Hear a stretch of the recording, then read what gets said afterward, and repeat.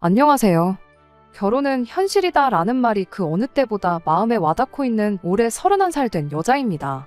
예비 신랑과 연애하던 시절에는 정말 더할 나위 없이 좋았죠. 그도 그럴 것이 그땐 마냥 좋은 것만 보러 다니고 좋은 것만 먹고 좋은 이야기만 나눴으니까요. 함께 좋은 시간을 보낸 만큼 결혼하고 나서도 똑같이 좋은 인생을 꾸려나갈 거라는 생각에 그렇게 결혼도 결정하게 되었던 거고요. 그런데 결혼 이야기 주고받으면서 싫은 소리도 하게 되고 또 듣기도 하고 앞으로의 결혼 생활을 준비하는 단계니만큼 그리고 결혼 생활에 있어서 가장 행복하다는 신혼 준비를 하는 것이니만큼 결혼 준비를 하는 것 또한 마냥 즐겁고 행복할 거라 생각했는데 그건 또 아니더라고요. 결혼 생활이라는 게 무조건 좋을 수만은 없는 것이다 보니 제가 참아야 하는 거라면 100번이고 참을 수 있다고 생각했어요.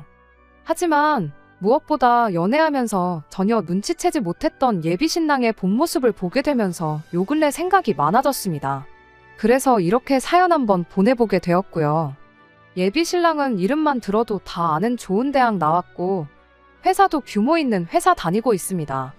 가끔 데이트하다가도 회사에서 일 때문에 연락이 오면 일과 관련된 이야기를 하는데 어려운 주제에 대해서도 거침없이 해결책을 제시하는 모습을 보면 대단하구나 싶기도 했어요. 그런 모습을 자주 봤다 보니 다른 건 몰라도 머리 하나만큼은 좋은 줄 알았는데 공부머리랑 일머리 그리고 삶의 지혜는 또 다른 이야기구나 싶습니다. 저 또한 직장 다니는 회사원입니다. 조건만 두고 본다면 예비 신랑에 비해서 조금 모자라긴 해요. 졸업한 학교 이름값도 그렇고 몸담고 있는 회사 명성도 그렇고 당연하겠지만 월급 또한 제가 조금 덜 벌고 있는 상황입니다. 결혼을 앞두고 모아놓은 돈은 조금이나마 제가 더 많았습니다. 하지만 그래봐야 1,000만 원 남짓한 근소한 차이였어요. 2년 연애하는 동안 예비 신랑이 데이트 비용으로 1,000만 원을 썼냐고 물으면 절대 그런 건 아니라고 대답하겠지만 그래도 예비 신랑이 남자라고 저보다 돈을 더 낸 게 있었으니 그 정도 차이를 가지고 결혼을 한 해 만에 고민할 건 아니라고 생각했습니다. 둘이서 모아놓은 돈이 그래도 합치면 1억 7천 정도 되기도 했고요. 어디 가서 돈 못 모았다고 할 만큼은 아니잖아요. 하지만 또 한편으로는 많은 돈이긴 하지만 결혼식 비용 5천 정도 잡고 이래저래 계산해보면 서울의 빌라 전세도 못 구할 만큼 보잘것없는 돈이기도 하지요. 사실 결혼 자체를 조금 서둘러서 정한 것도 없지 않아 있어요. 두 사람 다 나이가 있다 보니 결혼 이야기는 진작에 오가긴 했는데 모아놓은 돈도 부족한 느낌이라 날짜는 내년 말이나 내후년 초쯤으로 생각하고 그동안 돈이나 더 열심히 모아보려고 했었거든요. 그런데 저희가 결혼 이야기 주고받기 시작하자마자 예비시댁에서 하루라도 빨리 결혼을 하면 좋겠다는 이야기를 전해왔어요. 예비 시아버지께서 내년 봄쯤 해서 퇴직을 하게 될 예정이라 퇴직하기 전에 식을 올렸으면 한다고요. 이유인즉슨 아버님이 아직 회사에 몸담고 있을 때 아직 끝발이나마 조금 남아있을 때 결혼을 해야 하객도 더 많을 테고 그래야 축의금도 한 푼이나마 더 받을 수 있다는 이유였습니다. 축의금 들어오는 게 얼마나 차이가 있는지도 모르겠고 그리고 또 아버님이 회사에 몸담고 있을 때는 찾아오고 아닐 때는 안 와도 된다고 생각하는 사람들이라는 건 그 사람들이 저희 결혼식을 축하해주러 온다기보다는 그냥 사회생활의 일환으로 얼굴도장 찍으러 오는 사람들이라는 소리잖아요. 굳이 그런 사람들 때문에 저희 결혼식 날짜를 예정보다 1년이나 앞당길 필요나 있나 싶었어요. 신랑 측 하객석에 손님이 몇 명이나 왔고 그런 게 저희 결혼 생활에 도움이 되는 건 하나도 없잖아요. 차라리 1년 동안 저희가 아낀다면 1억 정도를 더 모을 수 있는 상황이니 하객 조금 덜 오더라도 그러는 편이 더 낫지 않나 하는 생각이었습니다. 하지만 예비 신랑이 아버지가 원하시는데 뭐 어쩌겠냐는 식으로 나오는 덕에 결국 결혼 날짜를 앞당기게 되었습니다. 사실 이때 예비 신랑이 부모 말에 거역 못하고 생각도 짧은 사람이란 걸 눈치챌 수 있다면 있는 기회였는데 그때는 거기까진 생각 못했어요. 저희가 결혼식을 최대한 늦추자고 했던 가장 큰 이유가 양가 지원받지 않고 두 사람 힘으로만 결혼을 하고 싶어서였어요. 그런데 결혼식 일정이 앞당겨진 이상 양가 지원 없이 결혼하려면 일단은 최대한 결혼식 비용을 아끼는 방법 말고는 돈을 조금이나마 여유 있게 만들 방법이 없겠더라고요. 호텔에서 올리는 결혼식의 예쁜 웨딩드레스, 경치 좋기로 소문난 데 찾아가서 야외에서 찍는 웨딩사진 등등. 사람들이 다들 허세에다가 그냥 바닥에 돈 버리는 짓이나 마찬가지라고들 하지만 그래도 제 입장에서는 인생에 한 번밖에 없을 결혼식인데 조금 욕심이 나는 부분이었거든요. 아쉬웠지만 무슨 방법이 있었겠나요? 최대한 아낄 수 있는 부분에서 아끼기 시작했습니다. 웨딩 사진도 스튜디오에서 찍는 걸로 하고 드레스도 발품 팔아서 그나마 저렴하고 예쁜 드레스로 찾고요. 호텔 결혼식도 이 상황에는 필요 없는 사치나 마찬가지였으니 그냥 적당히 음식 잘 나오는 웨딩홀에서 결혼식을 올리기로 결정했어요.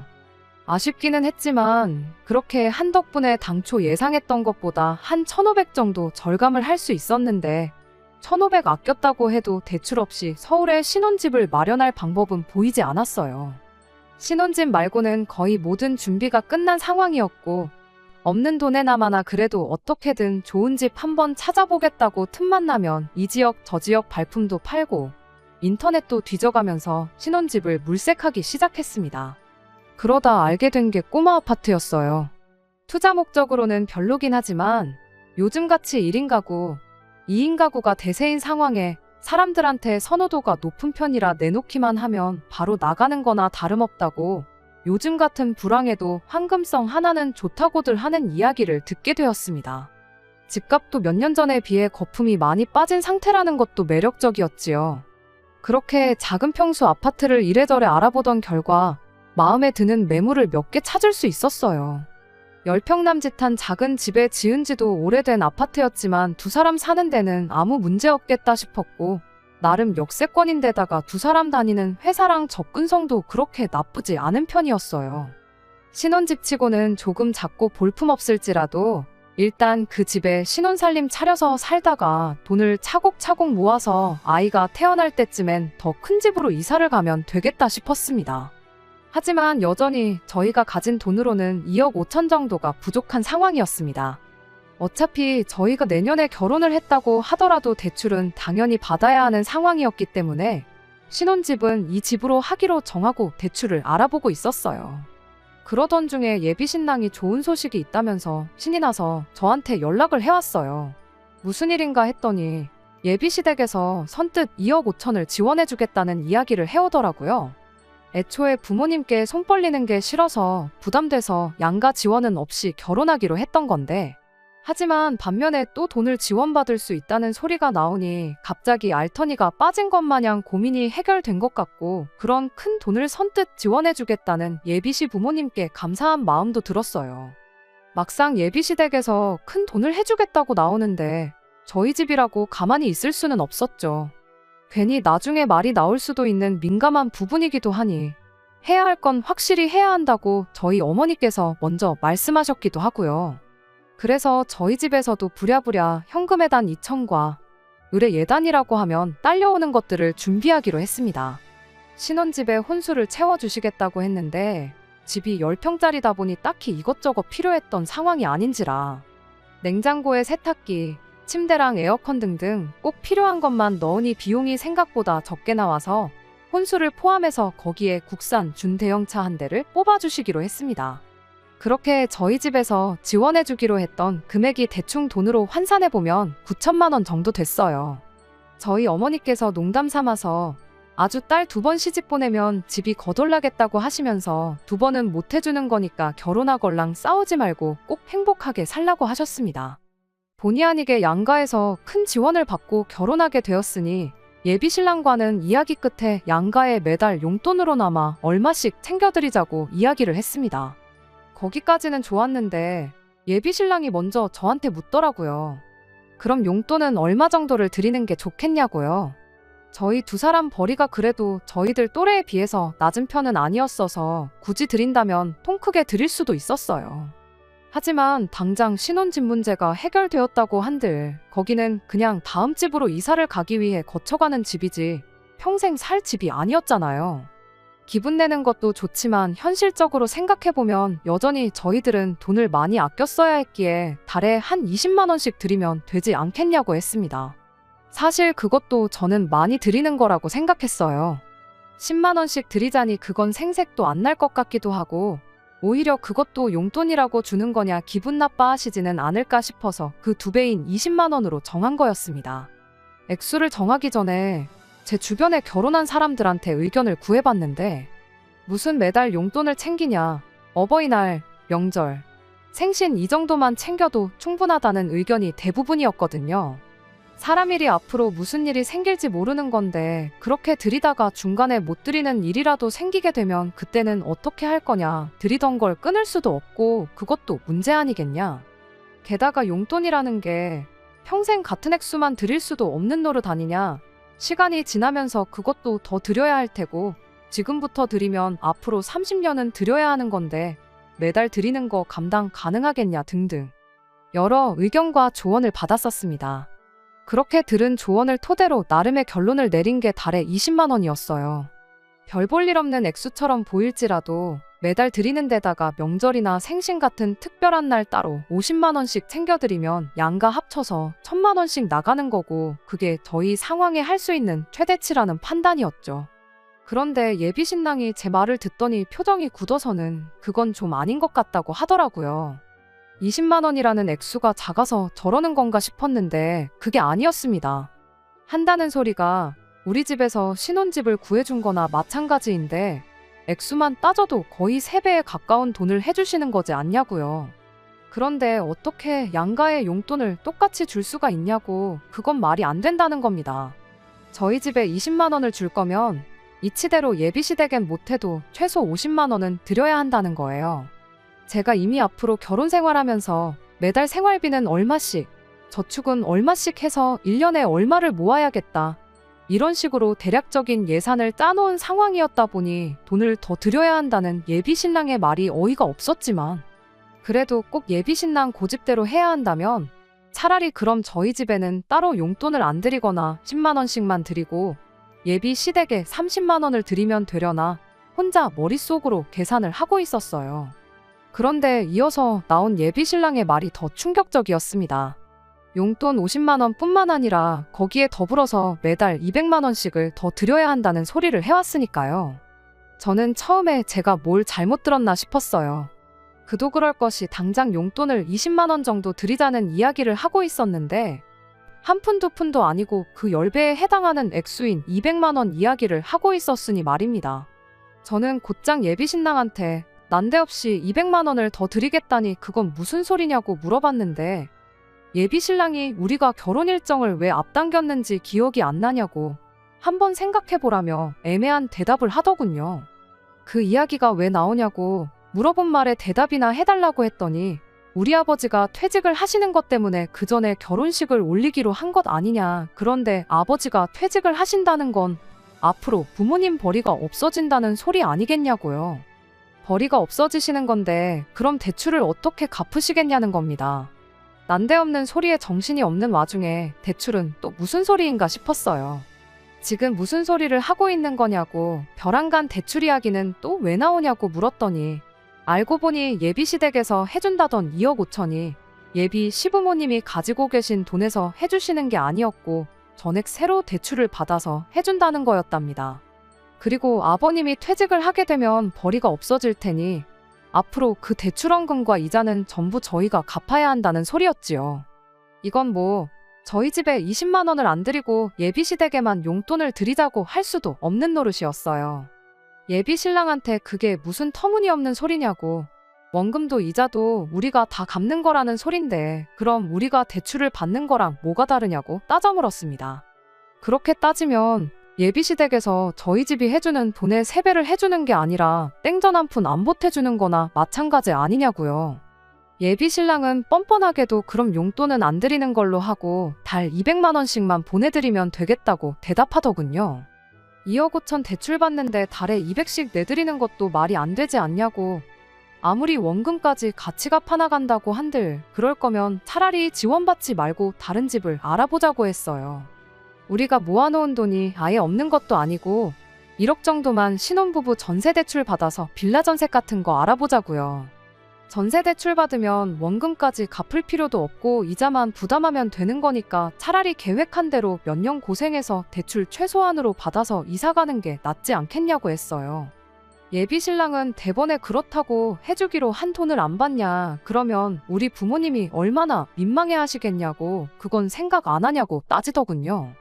그리고 요즘 같은 시국에 무슨 빌라냐고, 너는 뉴스도 안 보냐고 하면서, 그러다 다른 사람들처럼 우리 돈 떼어먹히면 그건 네가 어떻게 책임질 거냐면서 책임질 수도 없는 소리를 그렇게 쉽게 하지 말랍니다. 굳이 꼭 빌라를 들어가자는 건 아니라고, 현재 우리 상황이나 형편 생각해서 그렇게 말한 거지, 조금 시간 들여서 찾아보면 더 좋은 조건으로 집을 구할 수도 있지 않겠냐고 한마디 해줬어요. 그리고 대출받는 부분에 대해서도 몇 년에 상환하시려는 계획인지는 모르겠지만 2억 5천 빌려서 매달 200씩 내는 게 정상적인 것 같지는 않아 보인다고도 했죠. 안 그래도 내가 알아보니 당장 우리 회사에서 1억까지는 이자 부담 거의 없이 대출해주는 제도가 있더라고. 굳이 더 비싼 이자로 돈을 빌려가며 신혼집을 구할 이유가 있냐? 모르긴 몰라도 당신 회사도 비슷한 제도가 있을 수도 있지 않겠냐고. 한번 그런 것도 생각해보고 회사에 물어보던가 알아보던가 해달라고 했어요. 당장 부모님 체면보다 우리 돈 얼마 아끼는 게 더 중요한 상황인 거 알고 있지 않느냐고. 신혼집 문제에 대해선 나도 다른 매물을 알아볼 테니 지금 결정하지 말더라도 다시 생각해보는 게 좋겠다고 강하게 저의 의견을 전했습니다. 예비 신랑도 제 말이 틀린 소리가 아니란 걸 알고는 있는 건지, 아니면 무슨 수를 써도 논리로 저를 이길 수가 없다는 걸 깨달은 건지, 한참 묵묵부답으로 일관하고 있다가 이미 양가 부모님이 개입한 상황에 그건 우리가 지금 정할 문제가 아니고 조금 시간을 두고 상의해볼 문제이니 며칠만 시간을 달라고 하더라고요. 그렇게 며칠째 예비 신랑 대답을 기다리고 있는 중에 오만 가지 생각이 오가기도 하고 거기서 오는 스트레스도 만만찮아서 다른 사람 이야기나마 한번 들어보고자 이렇게 사연을 적어보게 되었습니다. 애초에 돈을 지원해준다고 나왔을 때부터 그 방식이 문제였는데 거기서 한치의 의구심도 품지도 않고 부모님이 하라는 대로 하는 사람과 어떤 미래를 그릴 수 있을지 참 고민이 되네요. 그 와중에 예비시댁과 저희 집을 두고 돈 얼마 칼같이 계산해서 차별을 하겠다는 마음가짐도 솔직히 너무하다 싶기도 하고요. 부모님 용돈 문제로 조언을 구했던 지인들한테는 쪽팔려서 물어볼 수도 없는 노릇이에요. 내 남편 될 사람 세상 천하에 둘도 없는 바보멍청이다 광고하는 거나 마찬가지인 것 같아서요. 오늘처럼 결혼은 현실이라고 하는 말이 와닿는 날이 없었던 것 같아요. 결혼식 준비 다 끝내놓고 이런 생각을 하고 있는 제가 이기적인 것 같기도 하고요. 어떤 조언이든 감사히 받겠습니다. 제가 어떻게 하면 좋을지 알려주세요. 안녕하세요. 이렇게 3개월 만에 다시 찾아뵙게 되었습니다. 사실 파오는 진작에 했어요. 이 이야기를 안 해드리는 것도 또한 예의가 아닌 것 같아 다시 글을 적어봅니다. 예단으로 보낼 이불 좀 같이 보러 가겠냐던 저희 어머니 말에 언제까지 이 사실을 숨길 수가 없겠다 싶어서 결국 부모님께 그 상황을 이야기하게 되었어요. 저희 어머니도 엄청 황당해 하시더라고요. 그래도 미리 알아서 얼마나 다행이냐고 하시면서 그럼 차라리 당신이 해주시기로 했던 예단이며 이런 거 다 없던 걸로 하고 조금 더 보태서 1억 5천을 해주시겠다고 말을 꺼내오셨어요. 저희 집에서 1억 5천을 도와주고 제가 회사에서 해주는 대출로 1억을 받아와서 그 돈으로 신혼집을 구하면 어떻겠냐고요. 혼수야 집이 좁아서 별로 채울 것도 없어 보이는데 예비사돈이 암만 내년에 퇴직을 한다고 한들 퇴직금도 있을 테고 당장 돈 1,000만 원은 못 해주겠냐고 일단 그렇게 하자고 한 번 말이라도 꺼내보라고 하시더라고요. 그리고 용돈 같은 거 필요 없다고 그런 거 저도 모아놓았다가 고스란히 돌려줄 거니까 그냥 처음부터 주지 말라고 하셨습니다.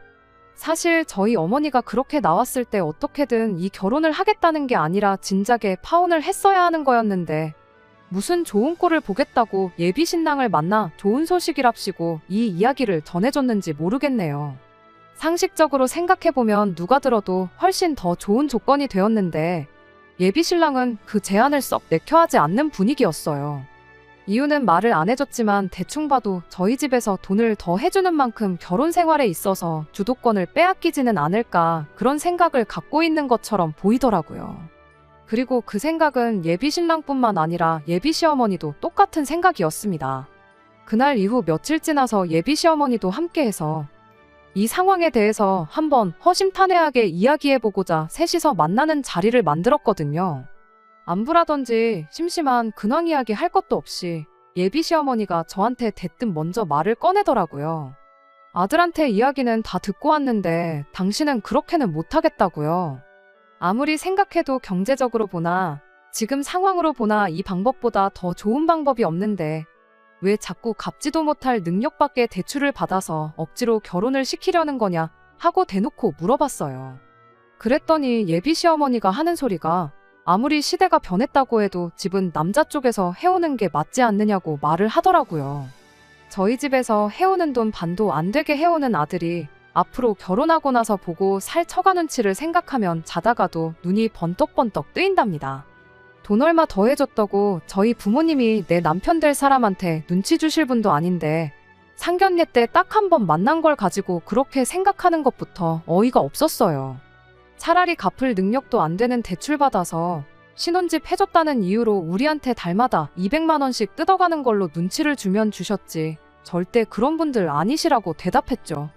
지금이 조선시대도 아니고 신혼집 안 해왔다고 처가에서 아직도 눈치 주는 집이 있기는 한가 싶었습니다. 어차피 받을 대출이면 이자 부담 조금이라도 덜한 게 낫지 않냐는 말도 통하지 않았습니다. 그러면서 자꾸 조선시대 마인드를 강요를 하시길래 저도 그때 그냥 이 결혼은 포기하는 게 낫겠구나 싶었어요.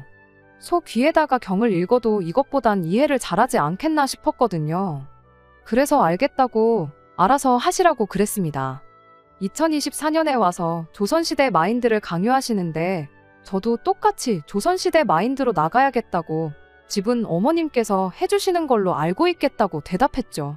하지만 대출은 2억 5천만 받는 게 아니라 좀 더 알아보셔야 될 것 같다고 했어요. 조선시대에 며느리가 집해 가는 거 본 적 있으시냐고. 그러니 저도 신혼집에 내 돈이며 저희 부모님 돈까지 한 푼도 드릴 생각 없다고요. 해오는 집이 또 기둥 몇 칸짜리 되는 대감님 저택도 아니고 고장 10평짜리 아파트이지 않느냐고. 콩할 만한 집인데 지참금으로 뭐 대단한 거 필요하시겠냐고. 그래도 빈손으로 갈 수는 없는 노릇이니 지참금으로나마 이불 몇 채랑 혼수 정도는 제가 채우는 걸로 하겠다고 했습니다. 그리고 집대출금 또한 내가 버는 돈으로 갚을 생각 없으니 그 부분에 대해서는 아드님과 잘 상의하시라고 했습니다. 아, 조선시대 마인드시니까 제가 밖에 나가서 돈 벌어오는 것도 싫지 않으시냐고. 원한다면 직장도 그만두고 남편 외벌이 시켜서 벌어다주는 돈으로 먹고 살아야겠다고도 했네요.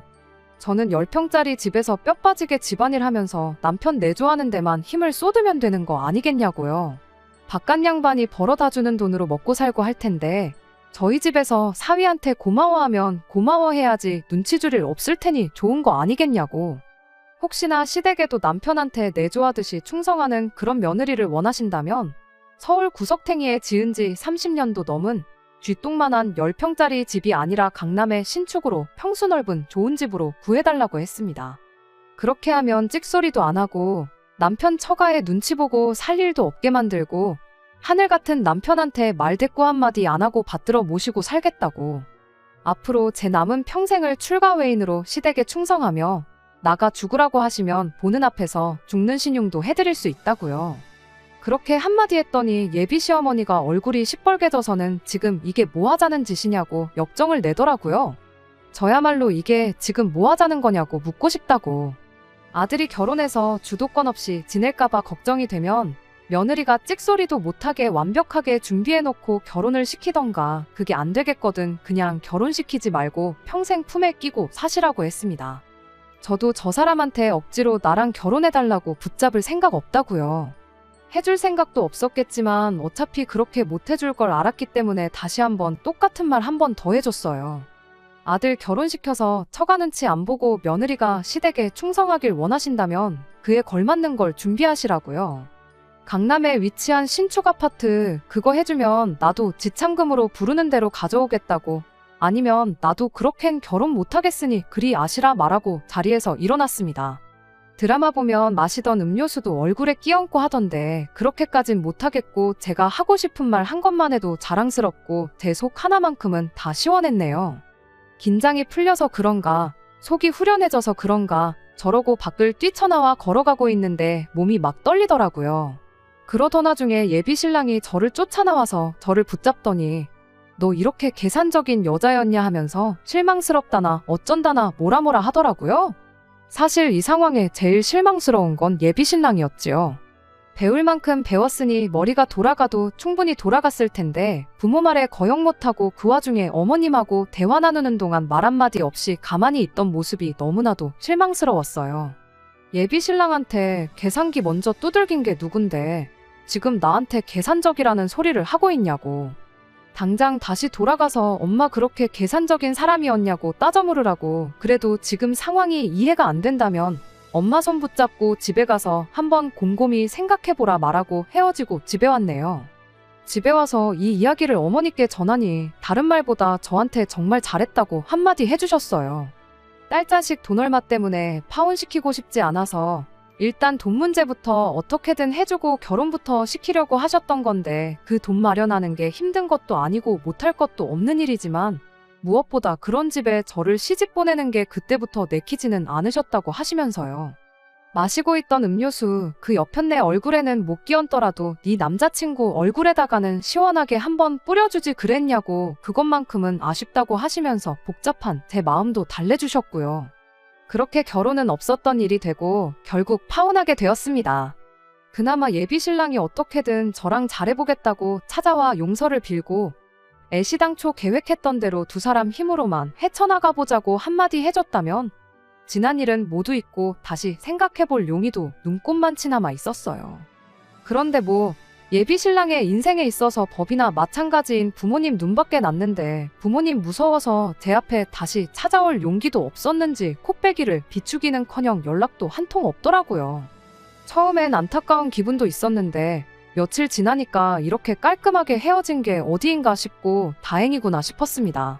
사람이 공부 잘해서 좋은 대학 나오고 좋은 회사 다닌다고 무조건 그 사람이 다 똑똑한 것만은 아닌 것 같아요. 예비신랑이었던 그 사람이 조금이나마 생각머리라는 게 있었다면 애초에 집에서 대출을 대신 받아줄 테니 갚는 건 니들이 해라는 말에 거절부터 했을 거 아니겠나요? 제 나이도 31다 보니 이제 새로운 사람 만나서 연애하고 결혼을 이야기하고 그러는 게 엄두가 안 나긴 하지만 이렇게 된 게 차라리 잘 됐구나 싶어요. 부모 말에 거역도 못하고 부모 말이 무조건 정답이라고 생각하는 남편을 갖는 것보다 내 남은 평생을 시월드에서 시달리는 것보다야 깔끔하게 시작도 하기 전에 파혼하는 게 100번 낫잖아요. 먼저 적어보냈던 제 사연에 댓글 달아주시고 저를 응원해주신 분들께 그리고 정신 차리라고 독하게 한마디 해주신 모든 분들께 감사하다는 말을 전해드리고 싶네요. 끝까지 들어주셔서 감사합니다. 오늘의 사연은 여기까지입니다. 구독과 좋아요, 알람 설정 부탁드리고 더 좋은 사연으로 다시 찾아뵙겠습니다. 감사합니다.